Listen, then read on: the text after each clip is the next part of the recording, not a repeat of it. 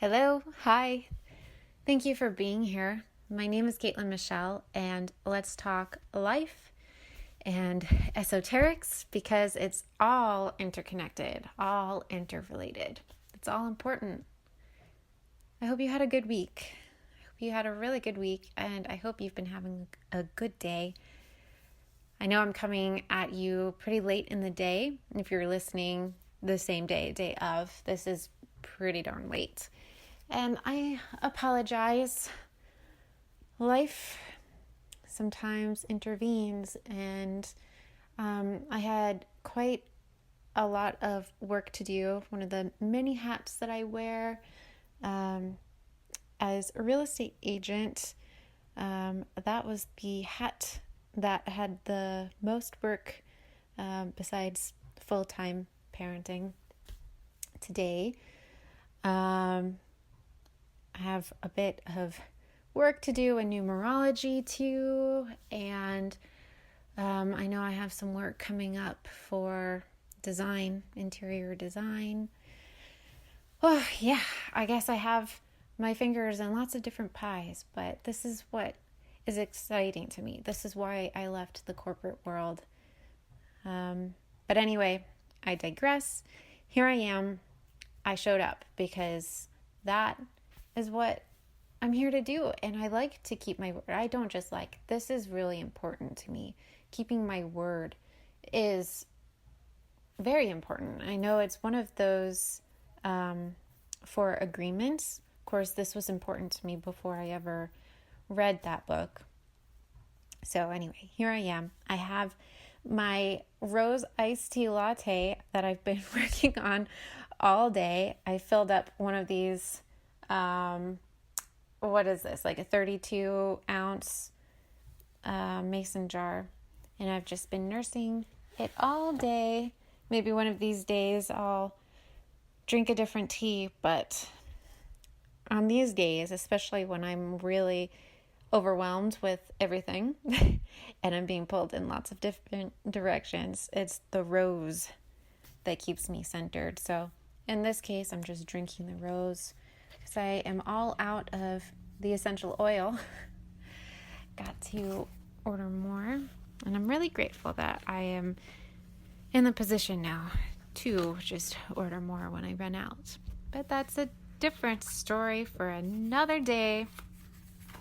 So anyway, I pulled an oracle card, and this is from a deck that I haven't used here on this platform yet, though I have had this deck for a while. It's called the Kuan Yin Oracle by Alana Fairchild. When I first got this deck, I actually didn't know who or what Kuan Yin was. I just felt intuitively guided to it, which is kind of a theme for a lot of these different like spiritual tools and such, especially when you're working with crystals. And anyway, using your intuition or things just showing up is kind of the way this goes. So anyway, I hadn't heard of Kuan Yin, and in case anyone out there listening also is unfamiliar, I figured first, before reading the card that I pulled, I'll talk about Kuan Yin. I'm going to read from the introduction here because I think it's really beautifully written and really uplifting. I think it's a message that we can all hear at any time. So here we go. Kuan Yin is the mother of compassion. She guides us into our enlightenment, which is being able to live in harmony and unity with the love that is, and surrendering into that love. Enlightenment is not meant to be a distant spiritual goal, but something that we can choose to live at any time by choosing love, kindness, compassion, and wisdom over fear, judgment, anger, or separation from the source, the divine feminine, that seeks to nourish us so that we blossom into the fullness of our being. I'm going to pause here. That word blossom, I love it. It really brings to mind the card that we keep getting for wild roses. Anyway, I'll continue. You are such a beautiful soul, and you have the power to co-create a beautiful life through which your soul light can radiate and uplift others, reminding them of the way of love rather than fear. You can be a great source of great light, healing, and wisdom on this planet if you so choose. You're drawn to this oracle because you are ready. You are ready to grow spiritually, to be a guiding light in the evolution of consciousness on this planet, to be brave, and to choose love over fear. Come and bask in the loving glow, the guidance, and blessings of beloved Kuan Yin as you find her in your own heart and soul, speaking to you from within. Namaste, beloved. She sees, honors, and nourishes your light now. And then it ends in this mantra, Om Kuan Chi Yin Pusa, Om Mani Padme Hum. I think that's so beautiful. And really, the Divine Feminine has been popping up again and again and again. I know I've spoken to quite a few women in my life about this recently. And, from this introduction and from what I've read, my sense is that Kuan Yin is one of the many names from one of the many cultures that has recognized Source, the divine feminine aspect of Source. I read a book a few years ago, and I don't remember what it was called. And if I find it, I will be sure to talk about it here. It's in one of the many boxes in our garage, still waiting to be unpacked, because we still need bookshelves here for all of the literally hundreds of books that I've collected. Anyway, I bring that up because after reading that, I had learned many different names from many different cultures for the divine feminine. And I chose one, the name Shakti, which comes from the Hindu culture, to name one of my cats, just as an ever-present reminder of the divine feminine, and to really invoke the divine feminine spirit every single time I talk to my cat, even if it's asking her to get off of the table, which is many times a day. I'm sure some of you can relate. Anyway, so let's get to the card that I pulled. The card is called To the Celestial Mountain. And I'm not going to read everything in the guidebook because then I feel like the only thing I'm doing here is reading. But I am going to read the quick excerpt and then we'll talk about it. Here we go. There are times when divine energy is needed to help us achieve our spiritual goals. When you do not feel completely in control of your destiny, the divine is usually gifting you with an opportunity to reach for assistance and to invoke divine power, to call to the celestial mountain so that you might be gifted with a far superior outcome. Your permission to beings that love you unconditionally to offer you help is an expression of spiritual empowerment. You empower those forces to come to your aid and help you manifest your life purpose and destiny. So what I'm getting from this is this dichotomy between control on our part, having control, and then also asking for help. And I feel like this is one of those age-old problems or issues. And I know this crops up in different ways in different people because all of our beings are different, and we're here to focus on different things, but this will always crop up, this control versus help issue. And I feel like it's never more relevant than as a mom, and certainly that's the scope that I'm seeing this through as a mom, as a new mom, but this applies to so many different situations. But I have always thought that I want to, not just want to, I have to do everything, do it all. I had a really fast rising career in the corporate world. Not that it was super fulfilling, but I definitely got promoted very quickly through the ranks. And I kind of had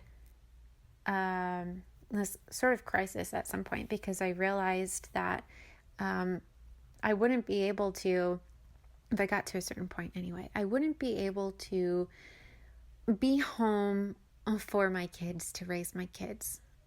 And I know that is a choice that many of us have to make. And I feel like there's no right choice one way or the other. We're here to work on different lessons, as I said. And I think also, just knowing numerology and astrology too, we're coming from different points. We've had different experiences in our past. I believe in reincarnation and past lives. And so the way that I view it, I don't know what other people have done in their past lives.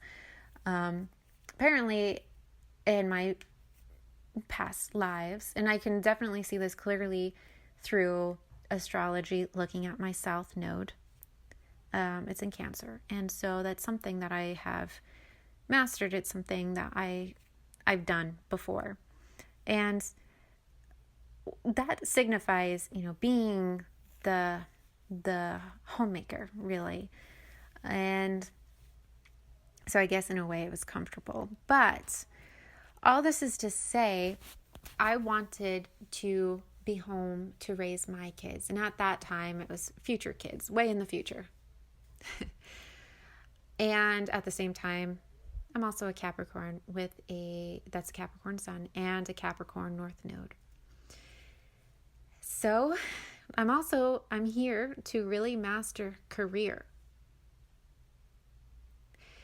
And the way that I decided that I wanted to tackle this was to make my own career as a self-employed person, have my own business, have the freedom so that I can work and parent at the same time. I can do both full time. And I didn't realize how big of a bite that is. It's a pretty big bite to chew, to do so many things full time. And at the same time, certainly since my son has been born, since he's been 6 months, I'd say, is when I have really been facing this issue of asking for help. I feel a little guilt and a little shame having to ask for help, for not being able to do everything and do everything perfectly. And so it started, I think I've mentioned this before, it started with me asking my husband for some, what we call creativity time every day. And he was amenable to that. Thank goodness, he's great. And so I've been able to have that, maybe not every single day. It is, I would admit, the first thing to go, because we're both self-employed, and, time is money. And sometimes something comes up, and it's just logical to spend that time when it comes up, because it needs to be addressed immediately, to do the money generating activity before doing the self-care activity. So we've gotten to this point where after quite a lot of time, I'm very grateful that we are in the position that we are in now, because it's been a few years of just very hard. And so now we're in the position as entrepreneurs where we can hire some people, and we have agreed to hire a nanny, a part-time nanny, who will be here for 6 hours, just one day a week. And part of me is so excited, because I can focus on work and self-care in those 6 hours. And at the same time, I feel so guilty because I'm wondering why I can't just do it all myself. But there have been some breakdowns, I guess I'll admit, that, warrants that help is needed. And help is always, for me, very difficult to ask for. So I'm really looking forward to having Wednesday afternoons, which actually, and I was going to say this at the end, but I'll say it here. That would mean I'm actually going to move this show to Wednesdays rather than Tuesdays, because I will have more predictable timing that I can dedicate to being here and to showing up and having a more or less clear idea of what I want to talk about every single time, and just so I could show up as my best self for you. So we're moving to Wednesdays, and I'll repeat this again at the end in case you missed it. But all of this is to say, I have asked for help, and I'm excited about it with a little bit of guilt. But this is really in the 3D realm, and I want to talk also about the possibility of asking help from other sources, other dimensions, dare I say. So I have played with this for a few years, and it doesn't matter who you invoke or what you invoke. God, all that is, the universe, angels, spirit guides, master teacher, even Pleiadians, asking anyone, anything, it doesn't matter. It works. And I've had firsthand experience several times over. And this came up again recently as I was listening to an interview, which is, as I have said in the past, really one of the things that I'm into right now. And listening to Regina Meredith interviews on Gaia TV. And there was this one guest who said, all you have to do sometimes when you just need, either you need your bases covered, or you don't know what the answer is, or you feel powerless, or really for anything, just ask. And the new thing that I learned, because I have always asked in my head, and it has worked, but this guest said that it's even more powerful when you speak out loud, when you ask for help out loud. And the way that he suggests phrasing it, which I've been playing with lately, is to, when you're talking about yourself, say, I request the most benevolent outcome for ... And he said, if you're talking about other people, or you're asking on behalf of other people, instead of saying I request, to say I ask. That I thought was interesting. And the way that he explained it is that there are those beings, spirits, who are working directly with us, each of us as individuals. And then they know what is best to get through to each individual. So you can request help from your own, and you can ask for help on others' behalves. So the most benevolent outcome. I have, every single time actually I get into the car, for years, I have been saying, please protect me. And then sometimes if anyone else is in the car, I'll say, please protect me. Please protect my son. Please protect my car and all the people and cars around. And so this past week, I've been saying, I request and ask for the most benevolent outcome on this drive so that I am protected, my son is protected, this car is protected, and everyone around is protected as well. I think it really is just doing the same thing, but I'm trying to get into the habit of saying the most benevolent outcome, because even when I'm asking for help from higher dimensions, even I feel like I need to control how it's done. And sometimes, not sometimes, really, we are a veiled species. We don't have necessarily an inkling of every possibility out there. And there could be possibilities. And I think this was even said in the card description that I just pulled at the beginning of this, that we don't always know the best ways for things to work out. There could be far superior outcomes if we just release our hold, release our control, surrender, which I think really evokes a card from a couple weeks ago. Everything comes around, doesn't it? It's all interconnected. It's all interrelated. I guess those are the terms of the day, aren't they? Anyway, yeah,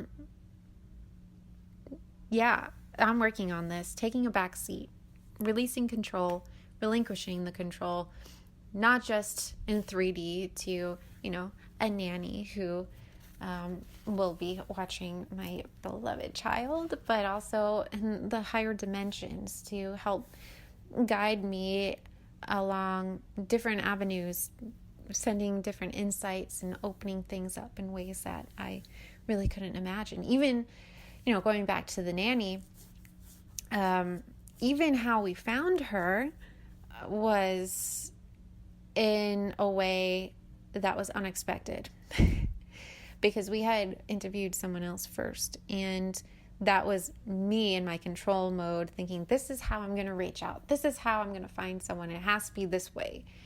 And she was nice and everything, but we really weren't quite sure. And then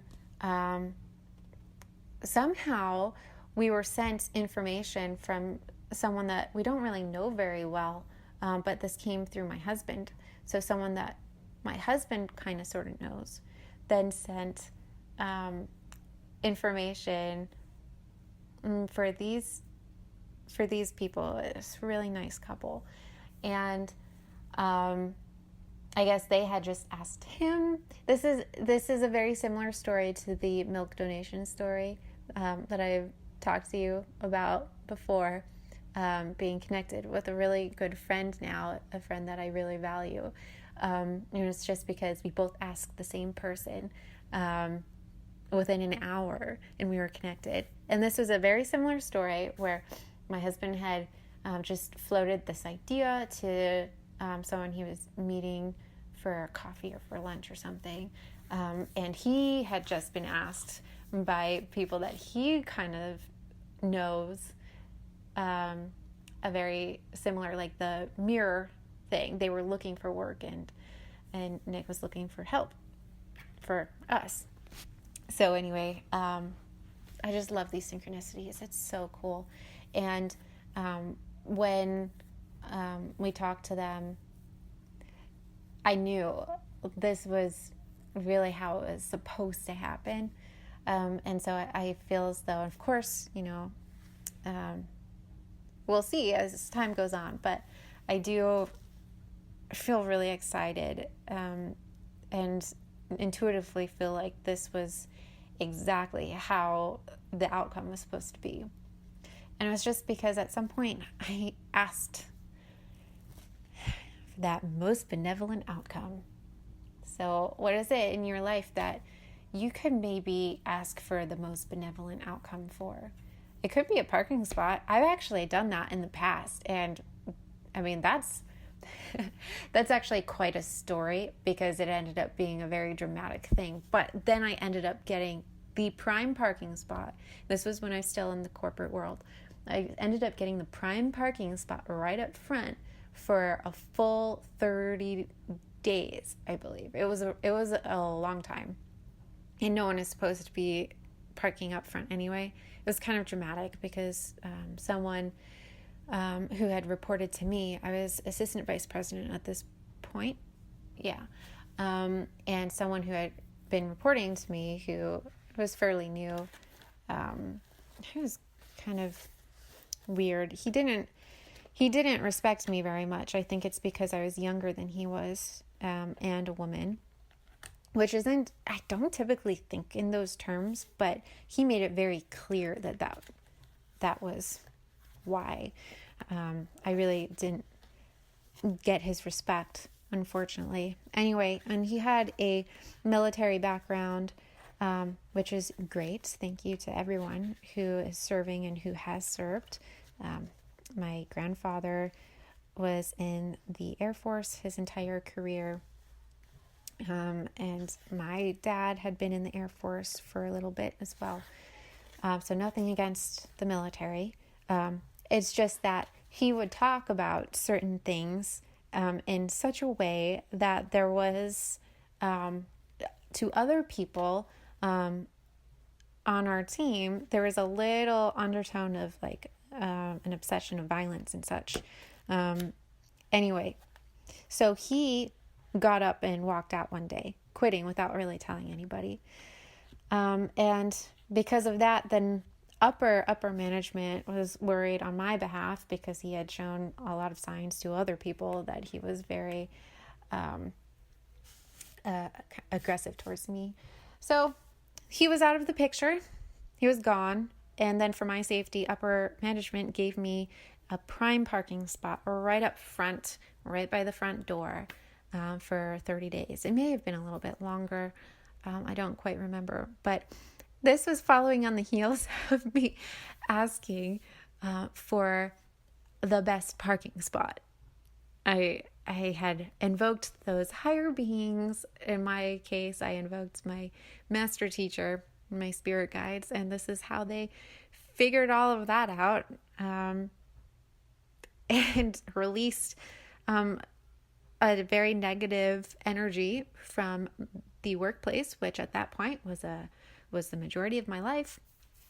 And they just figured it all out. So that was great. I feel like I'm rambling here. I'm going to end it pretty soon. I would love to know if you have ever tested this out, just, asking for things, even as simple as a parking spot. And if you have, what are some cool stories? And if you haven't done it yet, what are some things that you would like to ask for? And you can just kind of play with it. And at the beginning, play with some pretty obvious things so that you gain some trust in the process. And then you can work your way up. As soon as you trust, I think things do come even more smoothly. So expect me back here again next Wednesday, not Tuesday. I'm going to do Wednesdays now. And if you are listening to me in the archives, then please be sure to click follow and like so that I know people are listening. As I know that interest is being garnered here, I am eventually going to open this up so that we can talk in real time. You can call in and we can chat. I'm actually really excited about that. And I guess I haven't really done it yet because I'm a little bit nervous. I think I would take it as a rejection if no one calls in. That's something for me to work with. And I'm just going to lay it out there, being fully authentic with that. So as long as I know that people will want to call in, that they're interested, then I'll do it. And so please let me know. And you can let me know by liking and following. And that about rounds out the show. In terms of things that I'm into right now, it hasn't really changed in the past week. I'm still loving my rose tea lattes, my oracle cards, and, I'm still also trying to avoid garlic and onions. If you want to hear more about that, just listen to last episode. So with that, I will let you go. Thank you so much for being here with me. I really appreciate it. And I hope you have a wonderful week. And let's talk next Wednesday. Take care.